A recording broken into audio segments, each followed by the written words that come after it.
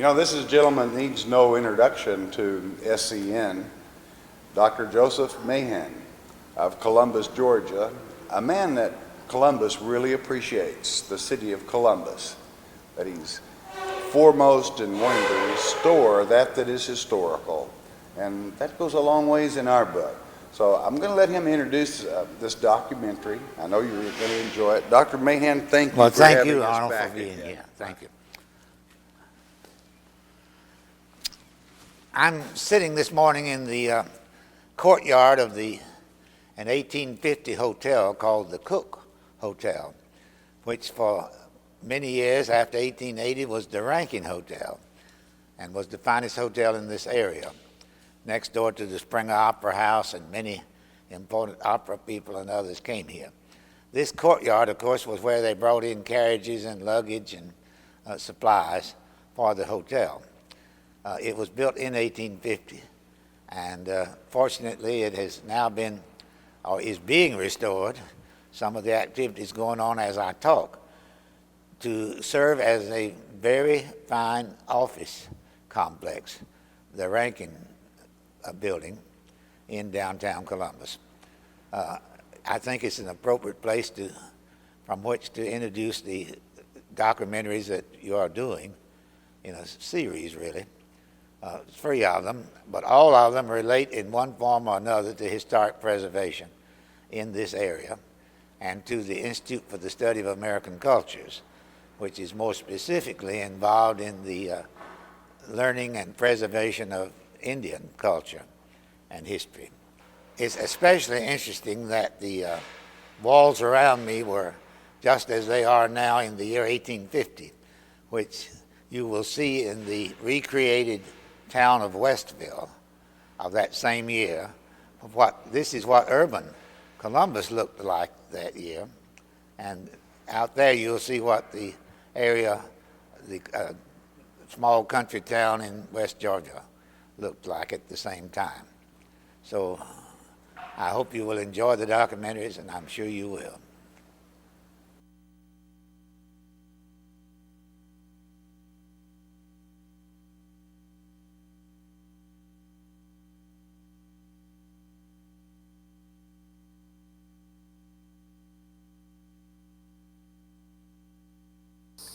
My name is Hawthorne Chamberlain. I moved here to Westville, Georgia a couple of years ago to be a storekeeper in my cousin's store. Westville is becoming a prosperous town. I'm glad to be a part of it, and I'd like to give you a tour today. What we're looking at right now is the gate that we have built. It's a copy of the gate at the Capitol at Milledgeville. Our purpose of building this gate is to show that West Georgia, even though it is a new area, is still a place that has a lot of culture and remembers back to the big cities of our day. Now we're going to ride around Westville, and I'm going to show you some sights.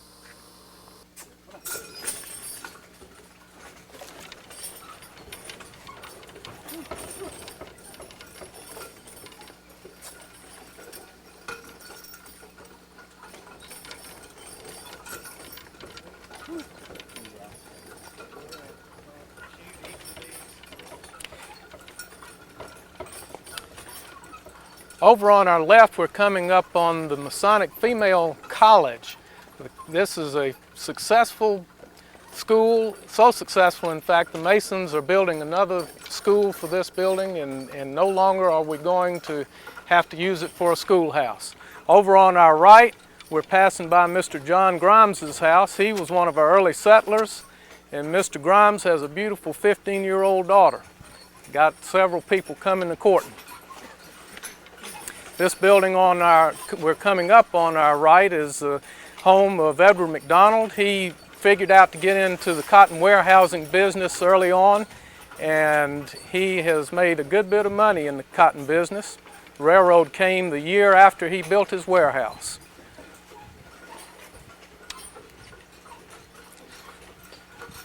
We're coming up on the right on Dr. Paulin's office. Dr. Paulin studied in Augusta, and he's opened this business here and is doing quite well in treating the people of this town.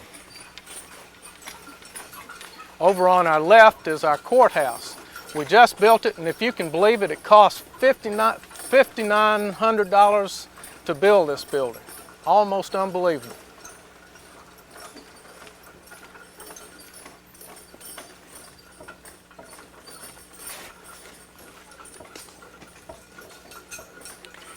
Over on our right is the Climax Presbyterian Church. This church has just been organized and is getting up a good congregation of people to worship the Lord.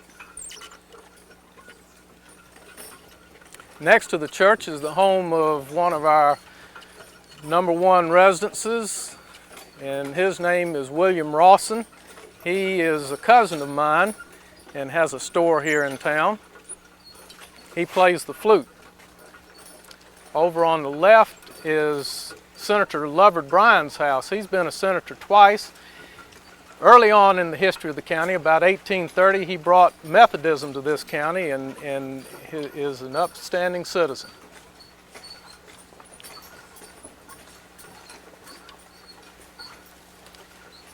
That building in front of us is a cotton baling press. There are many of them around the county. That can bale 2 whole bales of cotton a day. And that gin is the building on the other side of it, and it is powered by mules.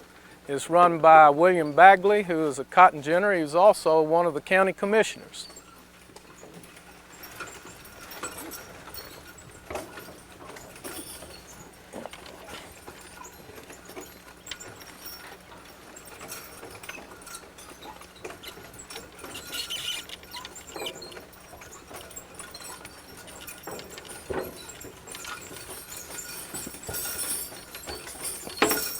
We're riding now through some woods into the older part of town where the settlers first came in.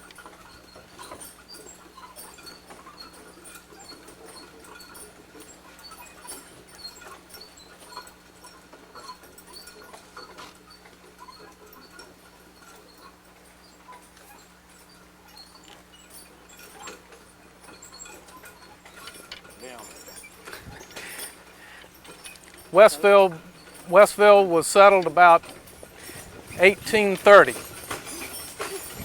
These are on the left are some of the early houses that the people built when they first moved in, about 1827.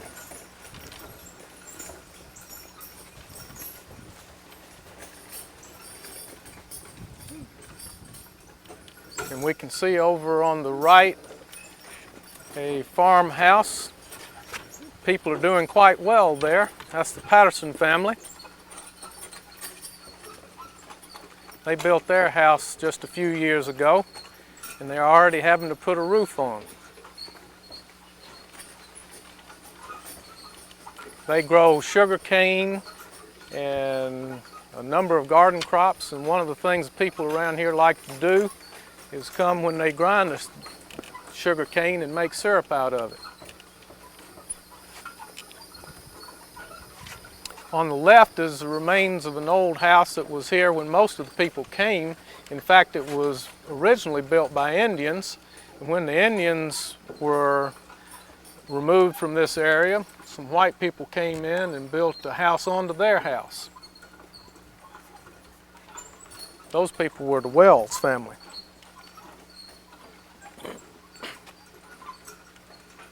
Through the woods we can see a blacksmith shop.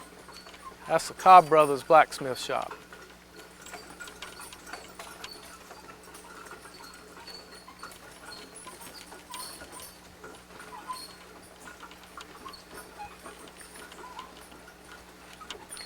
The Indians left this area about 1832 and they went over into Alabama, but they, being the pernicious people that they were, decided to come back into town in 1836, and there were several houses burned and people killed.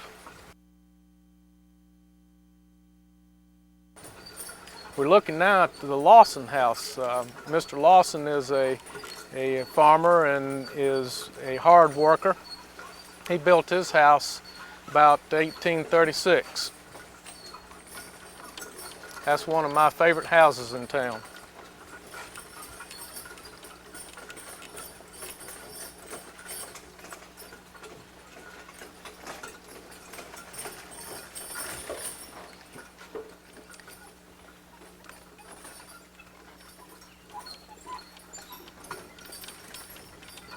We're coming around behind the Moy house. Mr. Moy, Matthew Allen Moy, moved into this house about 1842 and died, but his wife and children have made a success of the plantation. It's one of the prettiest houses we have here. I see that they are building onto the back now.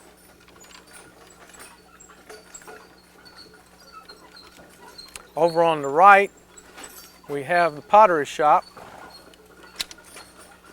We're fortunate to have a pottery here in Westville. Not every place has a pottery. We can go there and buy our pots instead of having to buy them off the back of a wagon like most people do.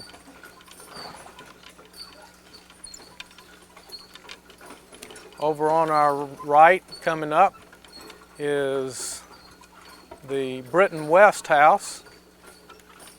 Mr. and Mrs. West are poor farmers. They try hard, but they hadn't been able to get much going.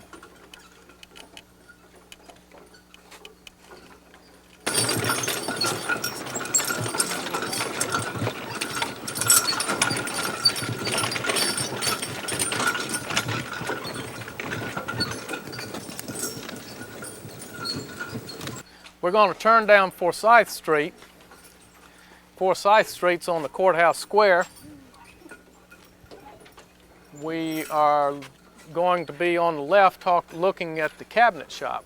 There's a lot of business going on in the cabinet shop these days because people have money because cotton prices are so high.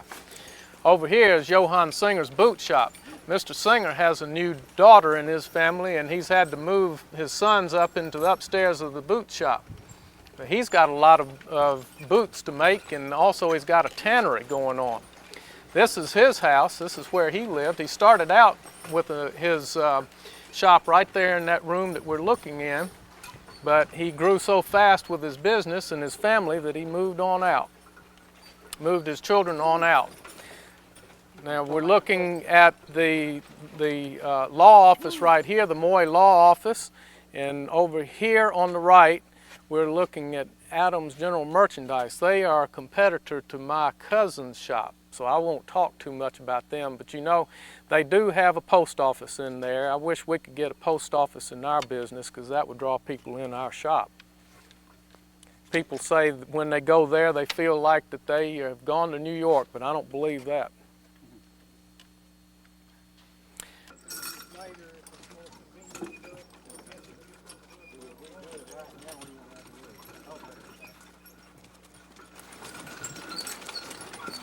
We didn't get the front of this house when we were talking about it earlier. Doing a little boxwood front yard. Right. That's kind of a little southern garden too there. I understand they plan to do some a native plant garden, which is something new. Nobody's ever had a native plant garden around this area. Everybody wants to have gardens that look like Milledgeville and Savannah and Charleston.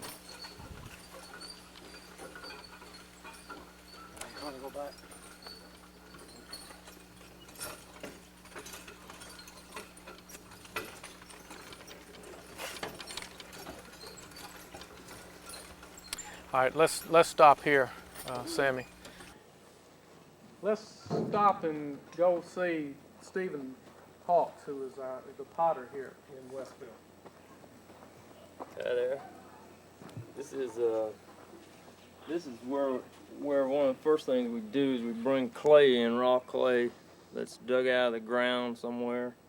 You know, you can find clay all over the place. You can find it up high on a mountain or down in the river. Around here we get it along the river or in banks, something like that. And you put it in here, and it's got some blades that turns around. It's called a pug mill. Hook up a donkey or a mule, and he turns it around and around for several hours. It takes maybe 3 to 5 hours to really mix it up good, and you can get maybe 500 pounds of clay mixed up, wet clay, and that'll turn a lot of churns or jugs. And for 3 people working, I'm only one person working here, but say you'd have 3 people working in the shop, you could turn that out pretty fast. You know, in a week's time. I could probably turn it out in 2 weeks' time. If y'all want to come in here, I'll show you where I make the stuff.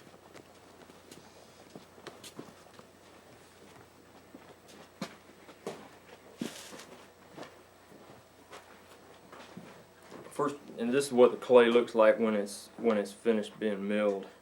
It's nice, smooth consistency.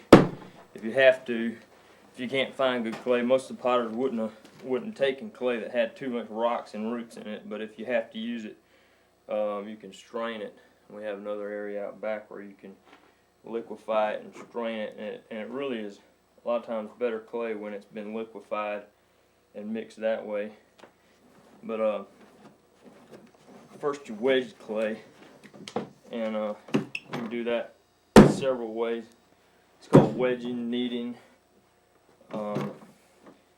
Wedging, you take the wedge of the clay. When you cut it, you frame it down into the other piece of clay, and that will eventually work the air out and compress the clay and get it ready for throwing, turning. And when you're cutting it too, you can see if there's any lumps in it or rocks. And then I work it up by my hands too, just to get it in a good shape for turning and work the rest of the air out in the lumps.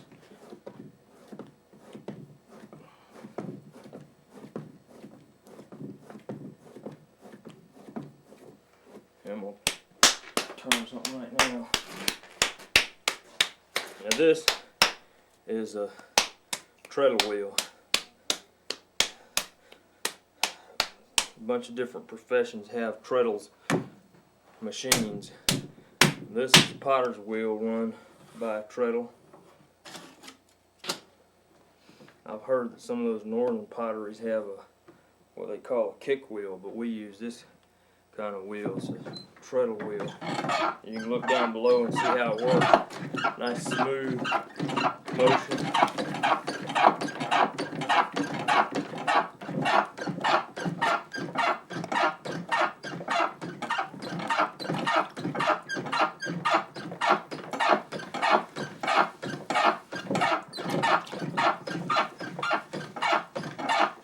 Center of the clay, and then you open it.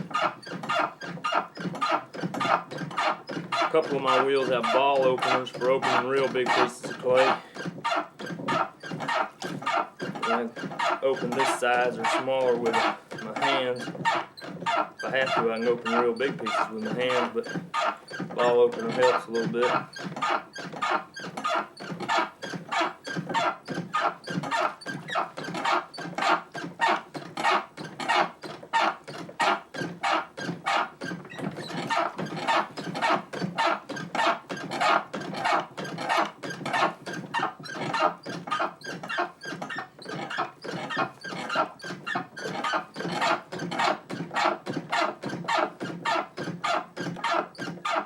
Now this is some good clay here. This from 2 local clays, a kaolin and a brick clay that I've put together. So I couldn't find one good clay that I could get enough of at one time, so I mixed 2 together, which is what a lot of potters do.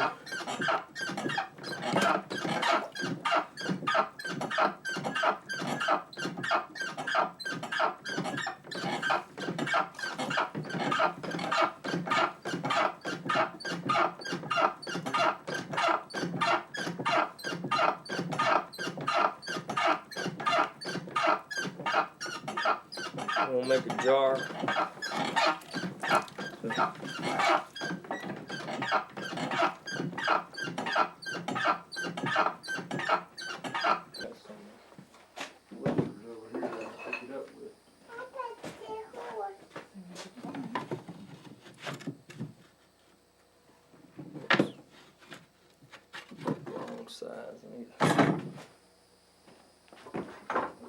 it up with my arms.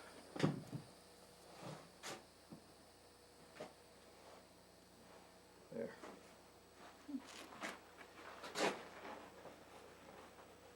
And then I've got some other pieces over here. A bowl I made them. Need to glaze them. Got some cups and some bowls.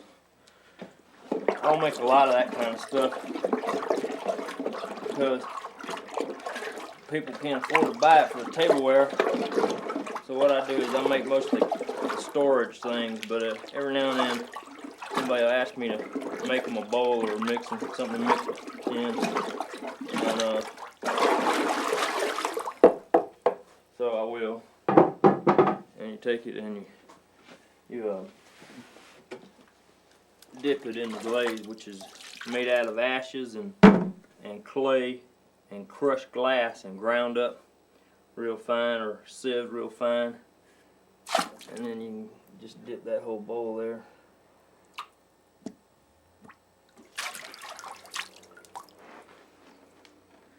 And it will all melt, form a kind of greenish glass, brown or green, depending on what the fire does to it. The cup's easier to do. You just take it and dip it. Get it nice. You have to clean the bottom on that though, or it'll stick. Then we go out here and I'll show you where I fire them. When that's when those are when I've cleaned the bottoms good on them, I take them out here, and I'll take something right now and show you where I put that.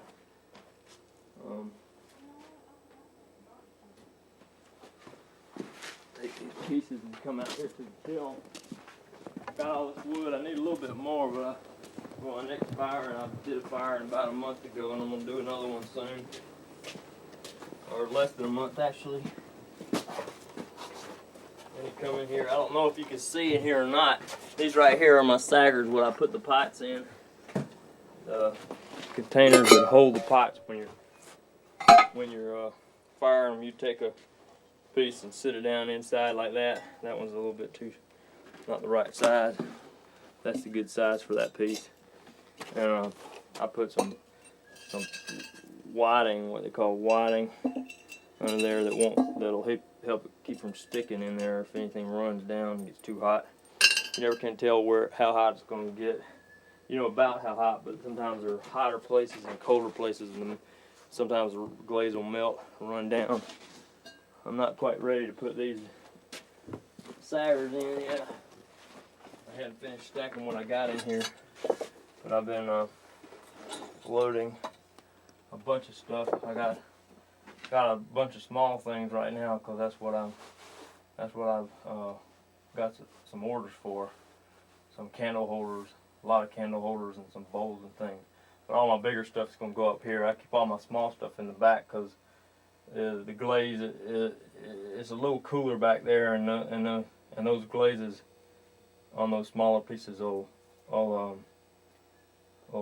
melt better in the back than in the front. The front will get hotter on a large piece. You want the whole thing to melt even, and smaller pieces is not as important because it's not as much.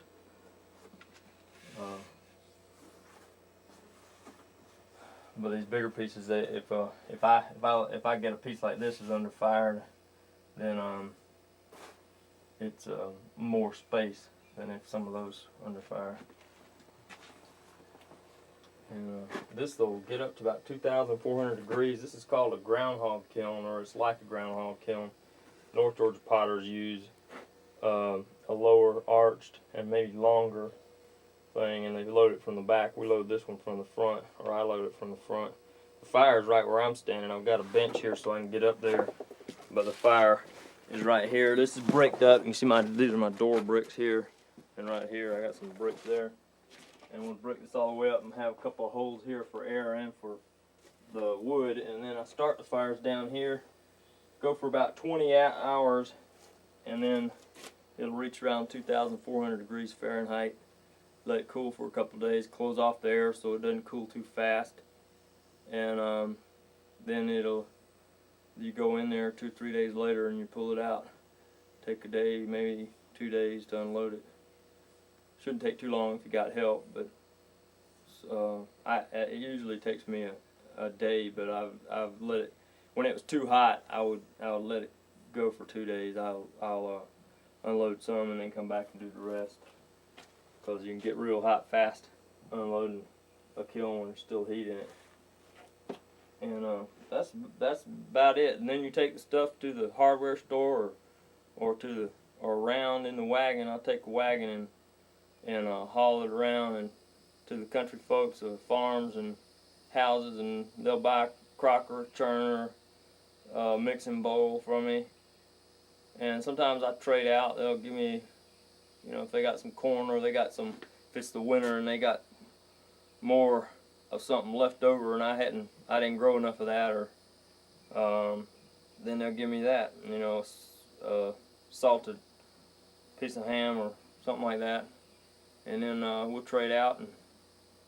But I'll take him to the hardware store. He'll either trade me for provisions, or else he'll give me some money. But it's about between a nickel to 25 cents a gallon is what I get for my pieces, and that's that's just according to what kind of money people got at the time. Some people want to talk your way down, and if I need the money, I got to get it somewhere. So that's the way we do business around here. Let's go and meet David Fink, who's one of the blacksmiths in Westville.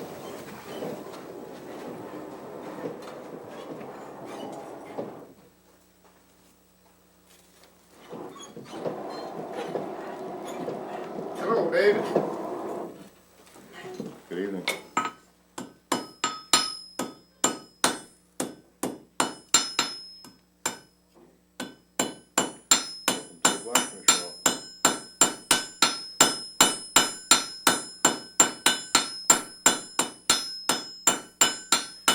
What you making, David? Right now I'm have to make another hook to suspend the pot over the fireplace with a frame. Very simple ass. Tell us what you're doing while you're doing it. Well, at this particular point, I'm trying to taper this point down.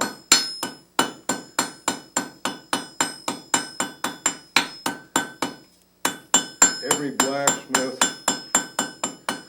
has a tendency to do a little bit something extra to take away from the dullness of a piece, so I'm going to be putting a small scroll, a very small scroll on the end of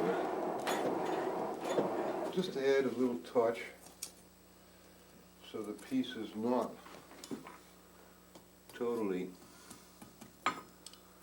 devoid of any style at all.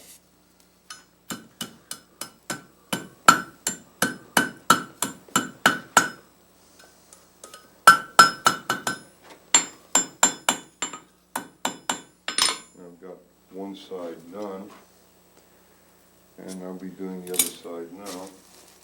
These were your temperature controls in the fireplace. By adding or subtracting hooks, you raise or lower your pot.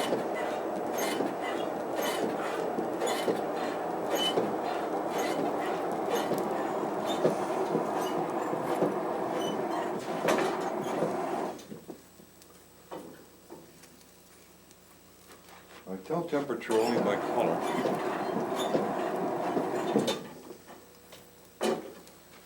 Reds, oranges, yellows, and almost white.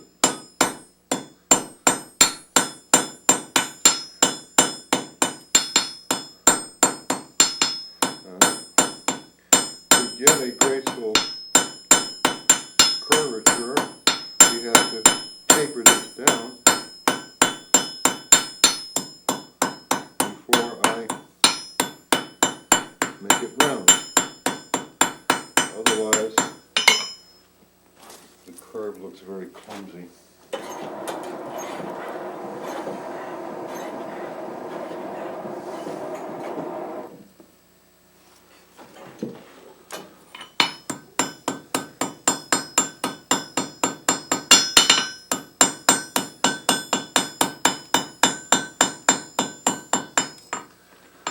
And now to put the a simple little scroll in.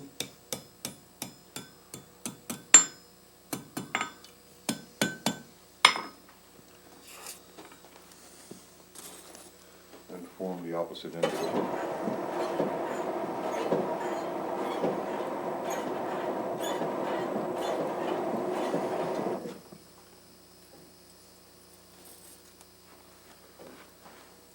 Cooling the tip down, because that's going to be a point that I hit on, and I've already formed that, so I don't want that to distort.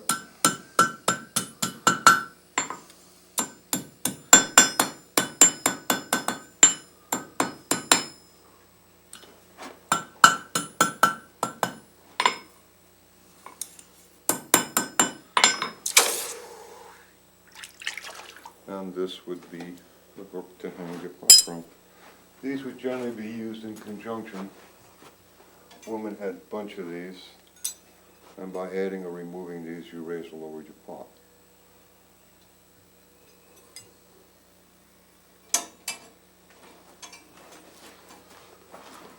David, what is the biggest object that, or what I mean to say, what is the thing that you most often have to make for the people of Westville? Actually, what I do for the time frame is mostly repair work, about 60% repair work. The other would have been very simple agricultural hardware, a lot of trace chains, a lot of wagon parts, a lot of loggerheads, a lot of harness work, a lot of hoe and shovel repair, axe repair, but we also do occasional hinges, door handles, latches, candle holders, mostly small hardware. While it was made in large quantities in manufacturing centers, the cost of transportation put it out of the reach of most people. So the blacksmith had to make most of the things for people to make do. But most of it would have had to have been agricultural. Some animal shoes, not very many. Ground is soft, and unless you took your animal out on the road, you didn't shoe them. This is most of it would have been repair. You have to do barter, David? Actually, some was done, very little. All the other craftsmen can get their raw material from nature, i.e. the cabinet maker would saw trees, the cordwainer would get hides from animals. Blacksmith had to buy his raw materials. So he was basically a cash business, very, very little barter. Once in a while, he would take off somebody's bill for a side of beef or a butchered pig. He also might have done some bartering with a local farmer during the winter to make charcoal as a fuel for him. Other than that, it was primarily a cash business because he had to buy his stuff in cash. Thank you, David, for visiting with us. You're more than welcome.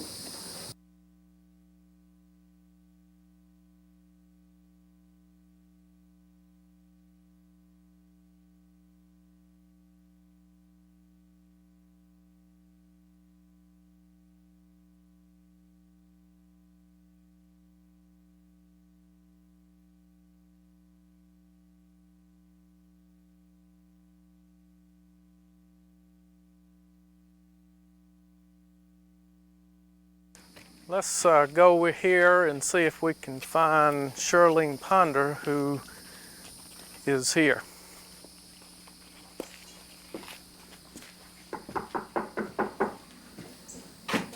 Not there.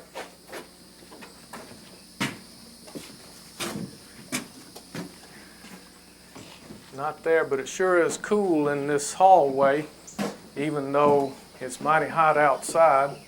No, she's not here. Not here either. Well, she must be in the kitchen, down this dog trot into the breezeway.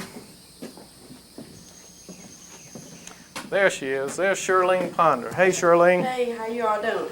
Doing fine. All right, this way I put my sausage and biscuits at. I'm finna check on them right now and see if they're ready to come up. Yes, they about ready. And this way I cook my sausages at. I'm finna check them.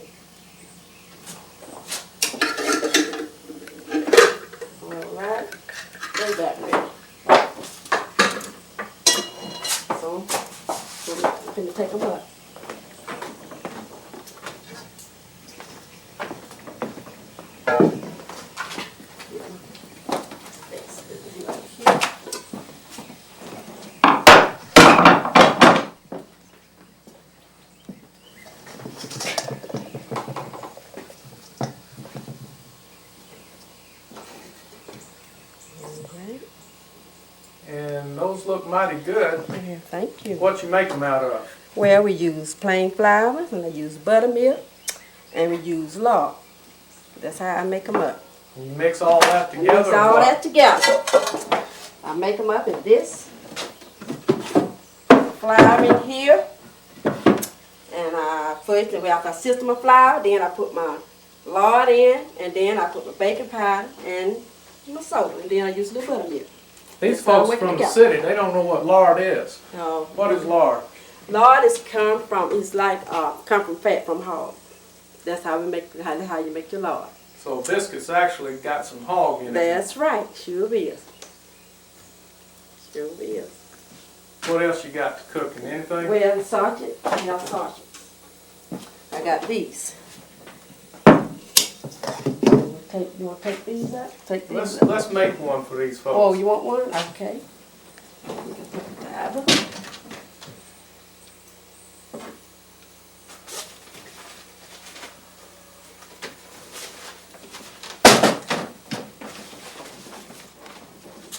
All right.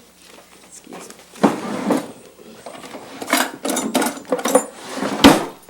Okay.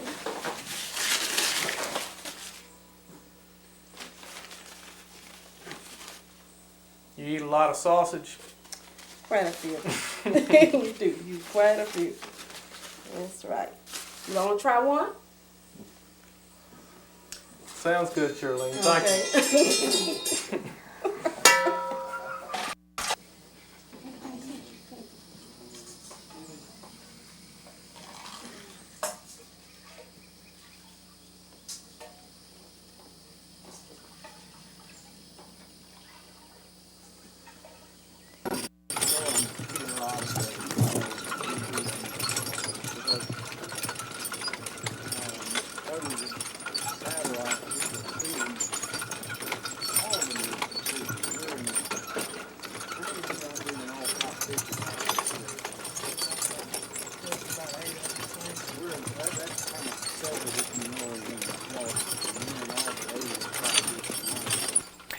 Well, I've sure enjoyed having you all come and visit us. We'd like to have you come back anytime. If I can jump from 1850 to this year, we are a museum that's open to the public. We're open Tuesday through Saturday from 10 to 5 p.m. Eastern Time, and on Sunday 1 to 5 p.m. We're glad to have you come and stay as long during the day as you would like. We are near Lumpkin, Georgia. Lumpkin, Georgia is south of Columbus and northwest of Albany, Georgia.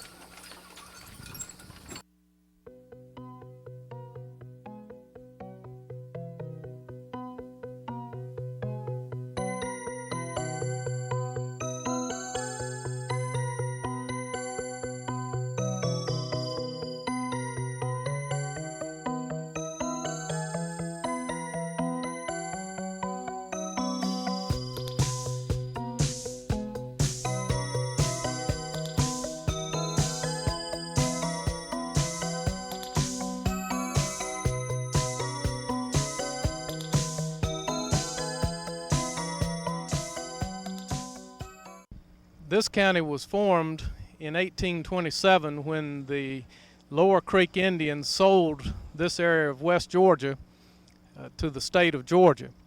And in 1830, Stewart County was formed and Lumpkin was formed also. The town grew fairly quickly at first, but then there were numerous Indian attacks coming out of Alabama until it climaxed in 1836 with a series of Indian attacks that resulted in several hundred Indians being killed and about 100 white and black people being killed. But by the end of the summer, the Indian attacks were over and the Indians were removed to Arkansas. And from that point on, Lumpkin began to grow very quickly. In fact, by the year 1850, it was the 17th largest town in the state of Georgia. Also, Stewart County was a fast-growing county based in the cotton agriculture. Okay, we want to start over. Okay. You're the director. Okay, the north side of the square contains some of the older buildings in Lumpkin. The two-story building there, beige color, was originally built as a bank, and it's the oldest building on the north side of the square. The other buildings, that building was probably built in the late 1870s, early 1880s. The other buildings over here are turn of the century era. They were built at different times, scattered up until about 1910 or so.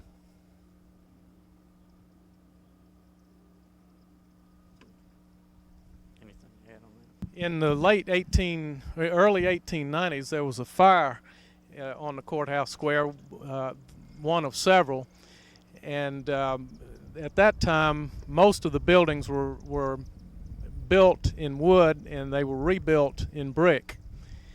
1890s that was a depression in the South, and at that time there was a lot of social upheaval. But by about 1900, the economy had stabilized and Lumpkin began to grow again.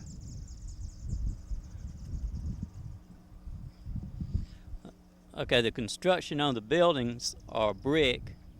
They have a wooden floor structure and a flat built-up type roof.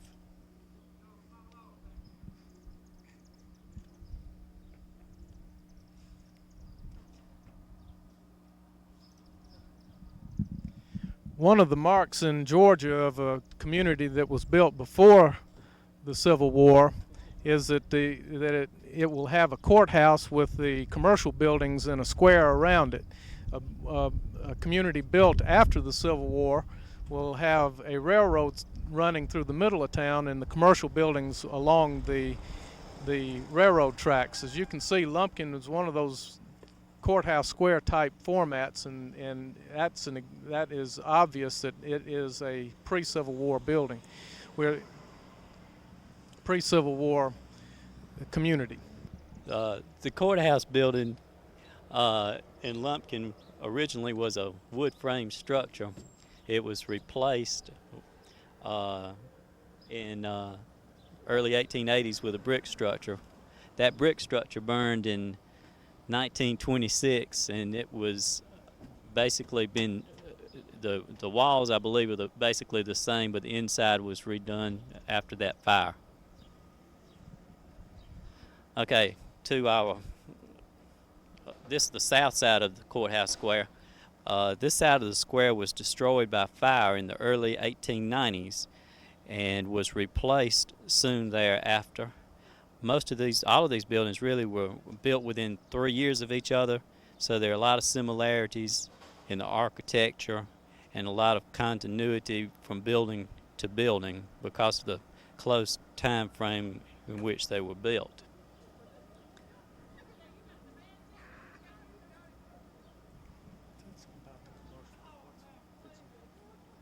Okay.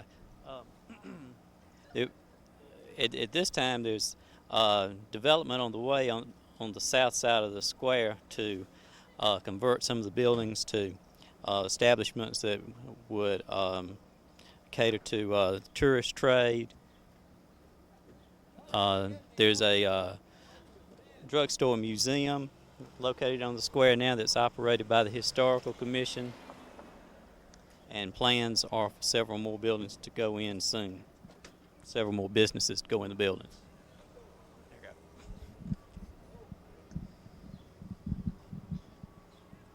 This courthouse square has enough integrity that in the architecture that we envision a unified appearance that will be very attractive for the tourist trade that comes to see Westville, that comes to go hunting, that comes to see the Beddingfield Inn and the Drugstore Museum, that comes to Providence Canyon and all the various natural, historic, and cultural resources that we have in this county. Okay, this is the Singer Company, known as Georgia's oldest hardware store. The business was started in 1838 by J.G. Singer, who was a German immigrant. He was a shoemaker, His original building is located at Westville.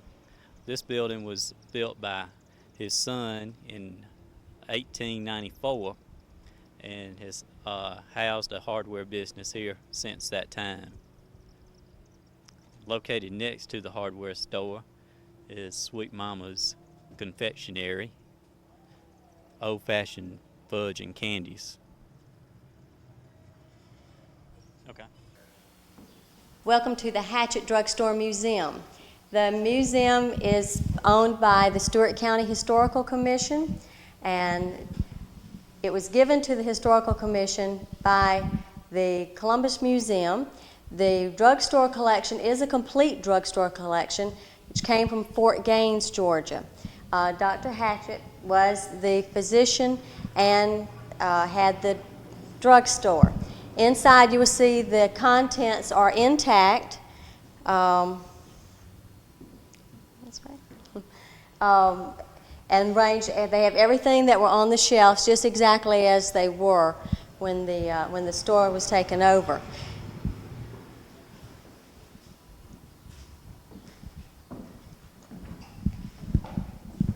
All the contents are original. These are not empty boxes. These are original items. As you can see, some of the things that you used to see a long time ago or can still purchase.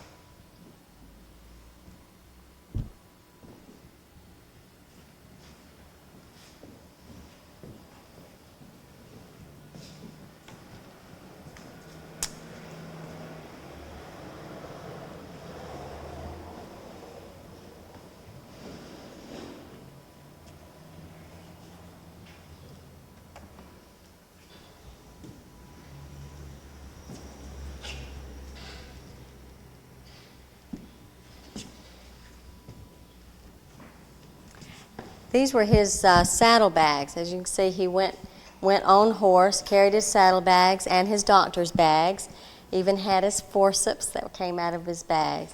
These were his medicines that he used, that he carried with him.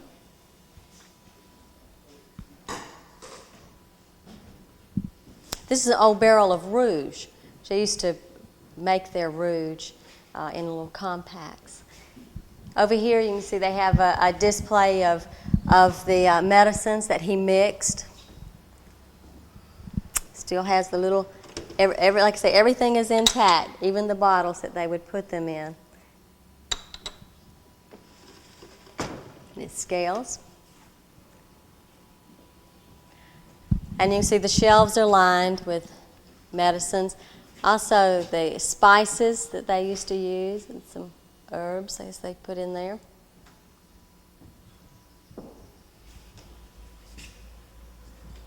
And then this one, this is a good selection of what ails you.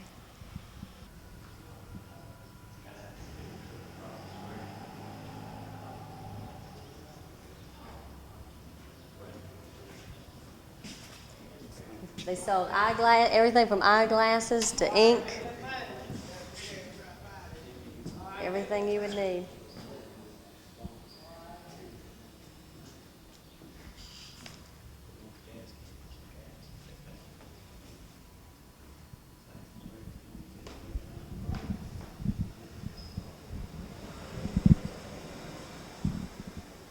In the showcases here, they have some old postcards of various items that are really interesting. There's one in here that announces the birth of a child that says, baby boy is born, baby's fine, mother's fine. That's all it says.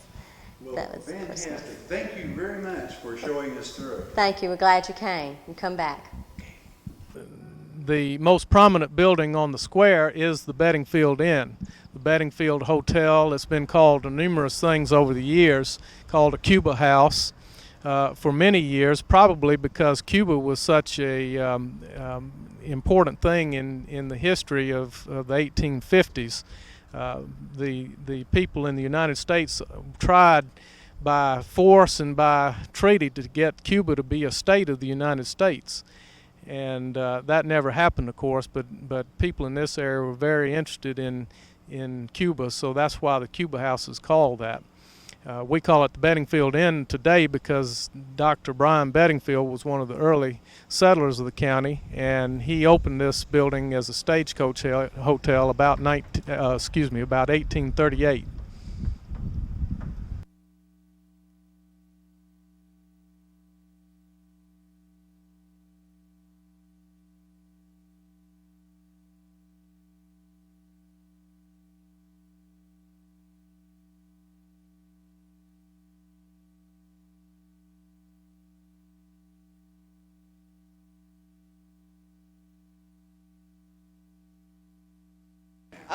Beddingfield Inn was built around 1836. It was built for a stagecoach stop, a place for the doctor's office, a place for his family to live, and he used it for most everything. And this was the public room, and the men sat in here, and the ladies stayed in their own parlor. They could go off of the front porch into their parlor without having to come in here and disturb the men. And now some of this has had to be, Dr. Bedingfield just lived 10 years after he built it, and he had to, they sold it in a few years, and they had to replace some of these things in here. And this, I don't know whether that matters or not, but that's the way it looked like when the Stewart County Historical Commission bought it and started restoring it. Okay. Now this was the public dining room. The Baptist Tabernacle in Columbus gave the piano, the Rosewood Square grand piano, and a family in Atlanta, the rug, the table. They've used Empire period furniture. The table and chairs is a reproduction, but it's what they would love to have when they can afford it. And they used the blue willow pattern of Staffordshire china because they dug the backyard all up to see what they could find, and they found little broken pieces of this pattern. And so they knew that's what they must have used. Now this is the the ladies' parlor. These paintings came from an old plantation home down on the Chattahoochee River called the Shepherd Plantation. Down there was where they had the last battles with the Indians. This room has shamrock trim over the doors and windows, which the other rooms don't. This is the stairway going up by the rooms on the far end were the family bedrooms. It's a hall all the way up and down the room, 7 bedrooms.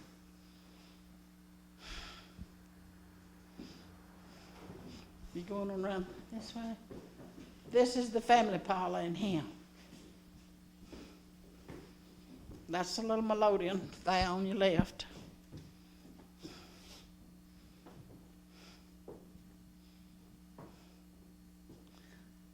And this mirror here, the family that gave the big rug in the dining room also gave that mirror.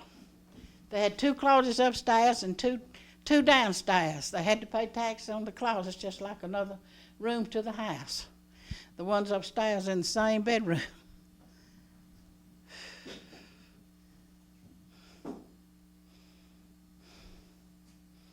That's better. This is his study, private dining room. Some of them say they think it's his office.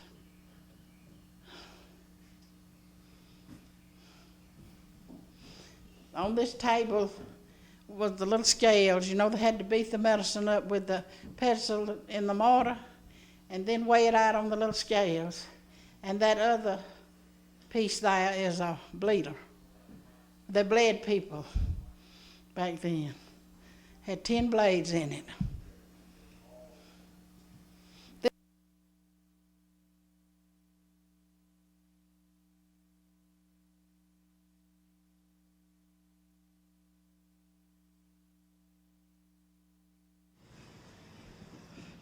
This is the side they cooked on.